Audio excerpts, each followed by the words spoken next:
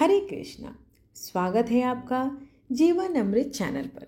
यह है वह पवित्र स्थान जहाँ भक्ति का प्रवाह कभी रुकता नहीं, जहाँ हर कथा, हर आरती और हर व्रत हमें ईश्वर से जोड़ता है। यहाँ हम सुनते हैं देवी देवताओं की महिमा, पवित्र व्रत कथाएं और आध्यात्मिक ज्ञान के अमृत शब्द। आइए भक्ति के इस सागर में डूब जाएं और पाएं आस्था, शांति और सकारात्मक ऊर्जा का अनमोल संगम। जीवन अमृत चैनल, भक्ति का हर पल। तो इसे लाइक, शेयर एंड सब्सक्राइब करें ताकि हर नया भक्ति संदेश सबसे पहले आप तक पहुंचे। आज कार्तिक मास का 9वां दिन है और आज के दिन आप रसपान करेंगे कार्तिक मास महात्मा कथा का 9वां अध्याय। पर उससे पहले भगवान विष्णु और उनके एक सच्चे भक्त की कहानी का रसपान करते हैं। एक गांव में भोला नाम का एक गरीब ब्राह्मण रहता था। उसे शास्त्रों का बहुत ज्ञान था। उसके पास गांव का कोई व्यक्ति कुछ पूछने आता था तो वह उसकी परेशानी का उपाय बता देता था। एक दिन उसकी पत्नी सुधा ने कहा, सुधा सुनो जी, आप जो सबको उपाय बताते रहते हो, यह सब लोगों को मूर्ख बनाते हो या इसमें कोई सच्चाई भी है? भोला ने कहा, तुम मेरी धर्म पत्नी होकर मेरी शिक्षा पर प्रश्न चिन्ह लगा रही हो। मेरी बात कभी भी झूठ नहीं होती। सुधा ने कहा, तो फिर अपने लिए कोई उपाय क्यों नहीं करते? तुम्हें दिखाई नहीं दे रहा हम कितने गरीब हैं? भोला ने कहा, अब मेरी गरीबी की माया तो मेरे श्री हरि विष्णु ही जाने, लेकिन एक बात है, उन्होंने आज तक हमें भूखा कभी नहीं सोने दिया।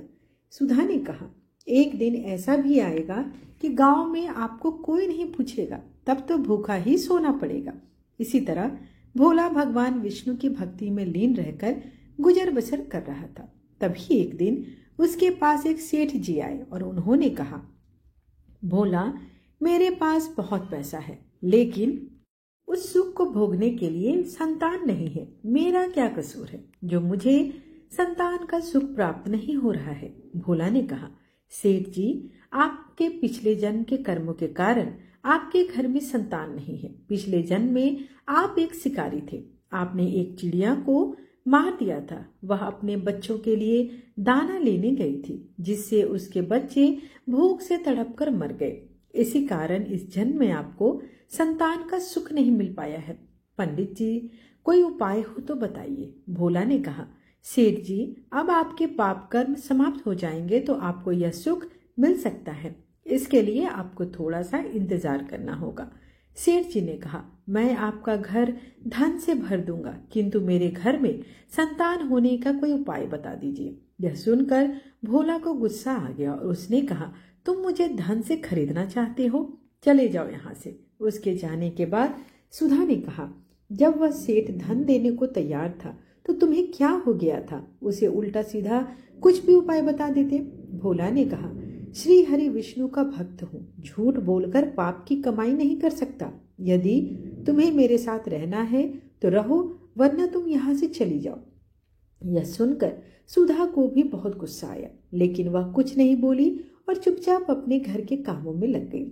जिस दिन से वे सेठ जी गए, उस दिन से गांव वालों ने भोला के पास आना बंद कर दिया, क्योंकि सेठ जी ने पूरे गांव में जाकर कहा कि वह तो लोगों को मूर्ख बनाकर पैसा ठगता है। ऐसी बातों को सुनकर गांव वाले भोला का विरोध करने लगे। कुछ समय के बाद भोला और सुधा की भूखे मरने की नौबत आ गई। तब सुधा ने कहा, मैंने तुम्हें कितना समझाया, लेकिन तुम तो अपने विष्णु भगवान के चक्कर में पड़े हो।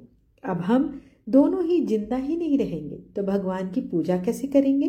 कुछ और दिन बीत गए। अब दोनों से उठा बैठा भी नहीं जा रहा था। वे दोनों अपने घर में यूं ही लेटे हुए थे। सुधा, लगता है कि मरने का समय आ गया।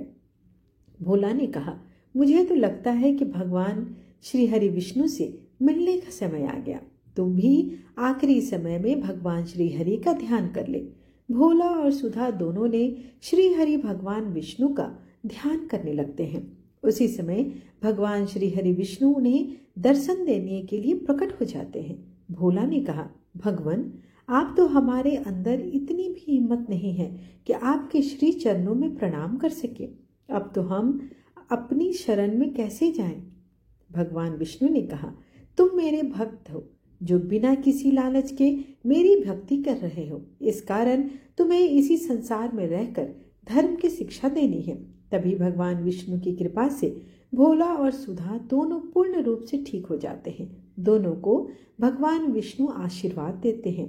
विष्णु जी, मेरी कृपा से अन्न धन की कभी कोई कमी नहीं होगी। और भगवान विष्णु ने कहा, आज से तुम्हारा केवल मेरी भक्ति करना है। ऐसा कहकर भगवान श्री हरि अंतर ध्यान हो गए।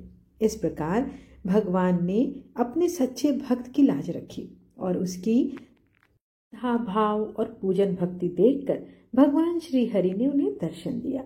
हमारे भगवान विष्णु ऐसे ही हैं। उन्हें आप सच्ची भक्ति और श्रद्धा से ही निष्पाप होकर ही पा सकते हैं। आइए अब कार्तिक मास महात्म कथा का 9वां अध्याय रसपान करते हैं।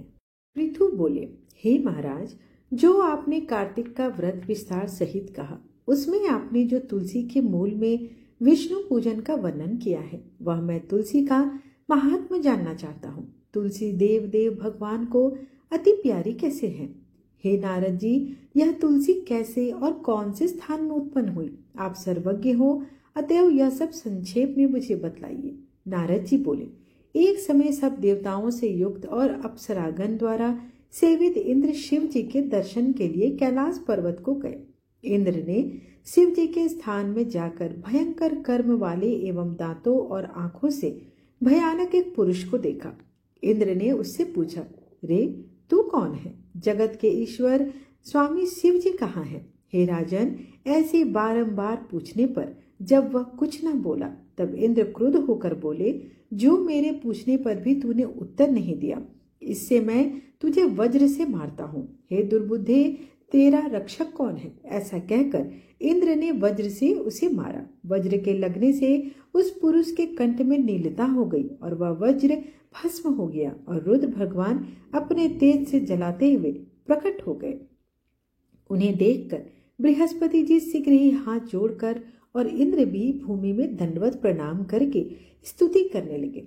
बृहस्पति जी बोले, हे देवताओं के अधिदेवता त्रिनेत्र तथा कर्पदी, आपको नमस्कार है।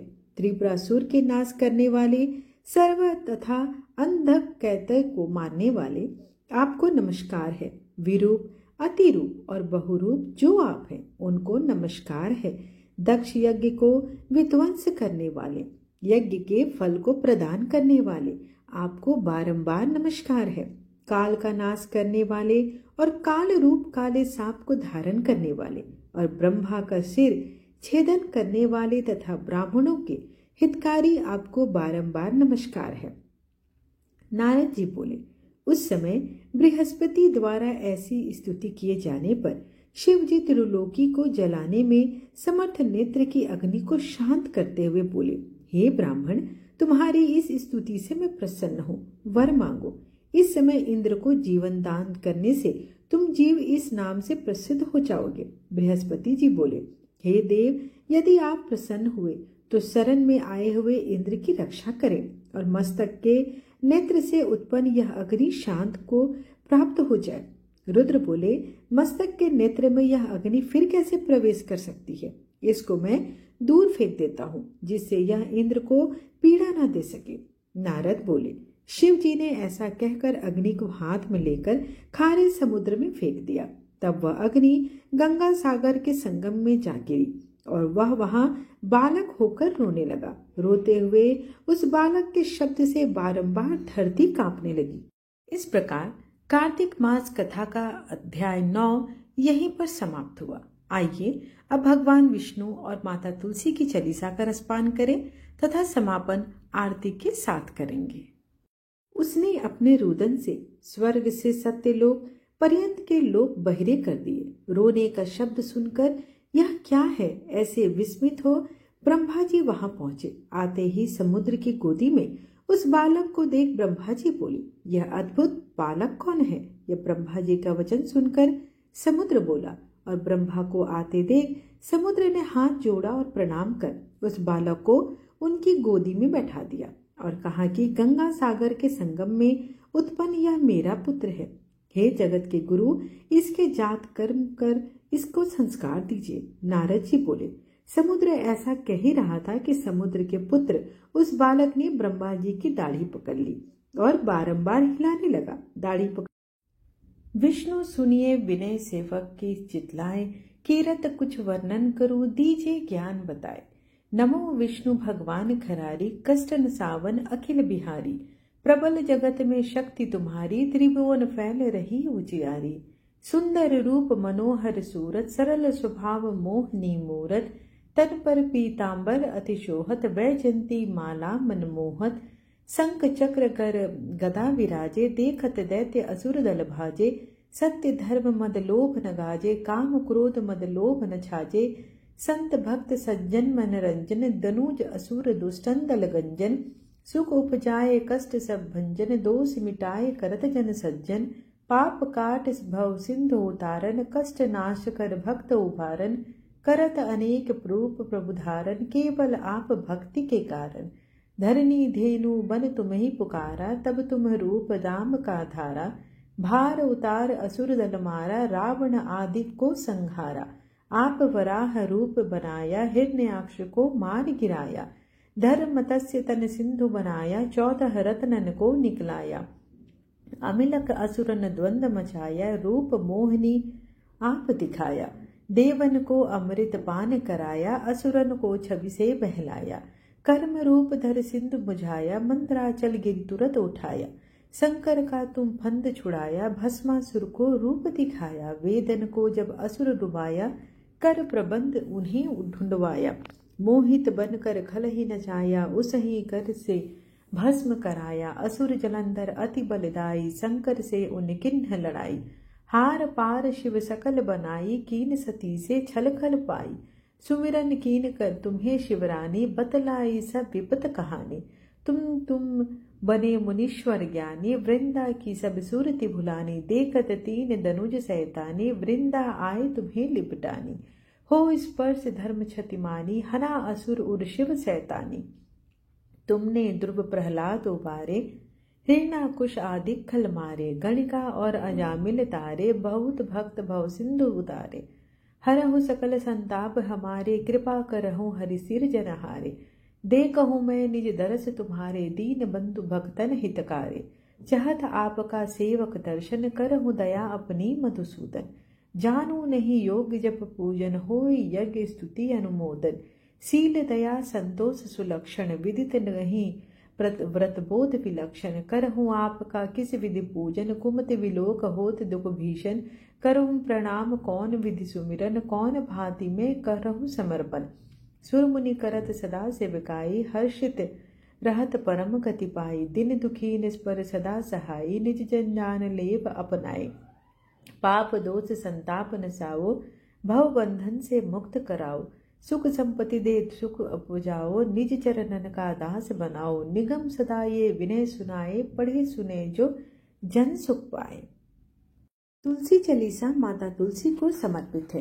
पुराणों में वर्णित है कि देवी वृंदा ही तुलसी के रूप में प्रकट हुई थी और भगवान विष्णु को देवी लक्ष्मी के समान ही प्रिय है। जो भी व्यक्ति नियमित रूप से तुलसी के पौधे के समक्ष तुलसी चालीसा का पाठ करता है और विशेष रूप से देव उठनी एकादशी, कार्तिक मास और कार्तिक पूर्णिमा पर तुलसी चालीसा का पाठ करना उसके पाप क्षय हो जाते हैं और वह भगवान विष्णु का प्रिय होकर उत्तम लोक को प्राप्त करता है। तो आइए माता तुलसी की चालीसा का पाठ करते हैं। श्री तुलसी महारानी करु विनय सिरनाए, जो मम हो संकट विकट दीजे मात नसाए। नमो नमो तुलसी महारानी, महिमा अमित न जाए बखानी। दियो विष्णु तुमको सन्माना, जग में छायो सुयस महाना। विष्णु प्रिया जय जयति भवानी, तिहु लोक की हो सुख खानी। भगवत पूजा कर जो कोई, बिना तुम्हारे सफल नहीं होय। जिन घर तब नहीं होए निवासा, उस पर करहि विष्णु नहीं वासा। करे सदा जो तब नित सुमिरन, ते ही के काय होय सब पूरन। कार्तिक मास महात्म तुम्हारा, ताको जानत सब संसारा। तब पूजन जो करे कुवारी, पावे सुंदर वर सुकुमारी। कर जो पूजन नीति प्रति नारी, सुख संपत्ति से होय सुखारी। वृद्धा नारी करे जो पूजन, मिले भक्ति लहोवे पुलकित मन श्रद्धा से पूजे जो कोई, भवनिधि से तर जावे सोई। कथा भागवत यज्ञ करावे, तुम बिन नहीं सफलता पावे। छायो तब प्रताप जग भारी, ध्यावत तुम ही सकल चितधारी। तुम ही मात यंत्रन तंत्रन, सकल काज सिद्धि होवे क्षण में। औषधि रूप आप हो माता, सब जग में तब यस्य विख्याता। देव ऋषि मुनि औ तपधारी, करत सदा तब जय जयकारी। वेद पुराणन तब यश गाया, महिमा अगम पार नहीं पाया। नमो नमो जय सुख करणी, नमो नमो जय से दुख हरणी। नमो नमो सुख संपत्ति देनी, नमो नमो अद्य काटन छेनी। नमो नमो भक्त दुख हरणी, नमो नमो दुष्टन मद छेनी। नमो नमो भव पार उतारनी, नमो नमो परलोक सुधारनी। नमो नमो निज भक्त उबारनी, नमो नमो जन काज सवारनी। नमो नमो जय कुमति नसावनी, नमो नमो सुख उपजावनी। जयति जयति जय तुलसी माई, ध्याऊं तुमको शीस नवाई। निज जन जो मुजानी मोहि अपनावे, बिगड़े कारज आप बनाओ। करूं विनय मातु तुम्हारी, पूरन आशा परहु हमारी। शरण चरण कर जोरी मनाओ, निस दिन तेरे ही गुण गाऊं। करहु मात यह सब अमो पर दया, निर्मल होए सकल मम काया। मंगो मात यह दर बर दीजिए, सकल मनोरथ पूर्ण कीजिए। जनु नहीं कुछ नेम आचारा, क्षम हो मात अपराध हमारा। बरह मास कर जो पूजा, तासम जग में और न दूजा। प्रथम ही गंगा जल मंगवावे, फिर सुंदर स्नान करावे। चंदन अक्षत पुष्प चढ़ावे, धूप दीप नैवेद्य लगावे। करे आचमन गंगा जल से, ध्यान करे वो हृदय निर्मल से। पाठ करे फिर चालीसा की, स्तुति करे माता तुलसी की। यह विधि पूजा करे हमेशा, ताके तन नहीं रहे कलेसा। करे मास कार्तिक का साधन, सोवे नीत पवित्र सिद्ध हुई जाई। है यह कथा महा सुखदाई, पढ़े सुने सो भर तर जाई। तुलसी मैया तुम कल्याणी, तुम्हारी महिमा सब जग जानी। भावना तुझे माँ नित नित ध्यावे, गा गा कर माँ तुझे रिझावे। यह श्री तुलसी चालीसा पाठ करे जो कोय, गोविंद सो फल पावही जो मन इच्छा होय। तुलसी चालीसा के बाद आरती भी अवश्य करें। ओम जय जगदीश हरे, स्वामी जय जगदीश हरे। भक्त जनों के संकट क्षण में दूर करे। ओम जय जगदीश हरे। जो ध्यावे फल पावे, दुख बिन से मन का सुख संपत्ति घरे आवे। कष्ट मिटे तन का, ओम जय जगदीश हरे। मात पिता तुम मेरे, शरण गहूँ मैं किसकी। तुम बिन और न दूजा, आस करूँ मैं जिसकी। ओम जय जगदीश हरे। तुम पूरन परमात्मा, तुम अंतर्यामी। पार ब्रह्म परमेश्वर, तुम सबके स्वामी। ओम जय जगदीश हरे। तुम करुणा के सागर, तुम पालन करता। मैं मूरख खल कामी, कृपा करो भरता।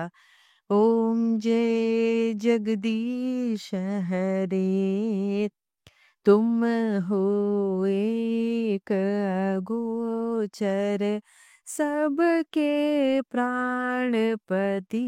किस विधि मिलूं दया मैं, तुमको मैं कुमति। ओम जय जगदीश हरे। दीन बंधु दुख हरता तुम ठाकुर मेरे, अपने हाथ उठाओ द्वार पड़ा मैं तेरी। ओम जय जगदीश हरे। विषय विकार मिटाओ पाप हरो देवा, श्रद्धा भक्ति बढ़ाओ संतन की सेवा। ओम जय जगदीश हरे। तन मन धन संपत्ति सब कुछ है तेरा, तेरा तुझको अर्पण क्या लागे मेरा। ओम जय जगदीश हरे।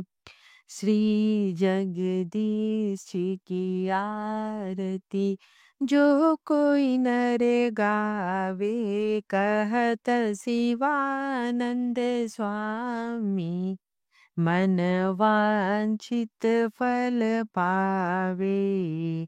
ओम जय जगदीश हरे। तुलसी महारानी नमो नमो, हरि की पटरानी नमो नमो। धन तुलसी पूरन तप कीनो, शालिग्राम बनी पटरानी। जाके पत्र मंजरी कोमल, श्रीपति कमल चरण लपटानी। धूप दीप नैवेद्य आरती, पुष्पन की वर्षा बरसानी। 56 भोग 3600 व्यंजन, बिन तुलसी हरि एक न मानी। सभी सखी मैया तेरे यश गावे, भक्ति दान दीजे महारानी। नमो नमो तुलसी महारानी, तुलसी महारानी नमो नमो। तुलसी महारानी नमो नमो, हरि की पटनानी नमो नमो। आशा करती हूँ कि आपको आज की कथा और वीडियो पसंद आई हो। वीडियो पसंद आए तो चैनल को लाइक शेयर एंड सब्सक्राइब करना बिल्कुल ना भूलें और दिल से कमेंट बॉक्स में हरे कृष्ण अवश्य लिखें। कार्तिक मास का महात्म्य है और ऐसे में एक सकारात्मक ऊर्जा का आदान प्रदान अवश्य करें। धन्यवाद।